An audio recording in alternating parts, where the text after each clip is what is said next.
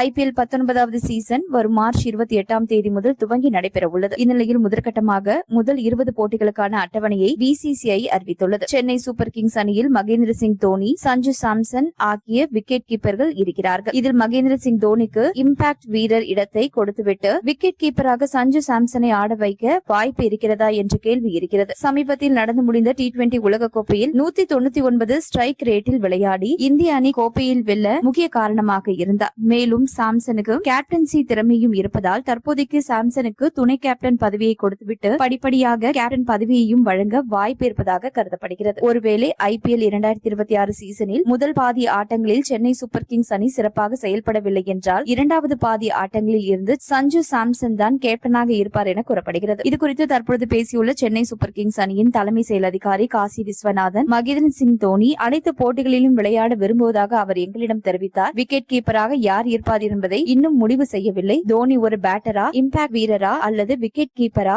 பேட்டரா என்பதை தற்பொழுது கூற முடியாது. இன்னமும் அது குறித்து முடிவு எடுக்கவில்லை என கூறினார்.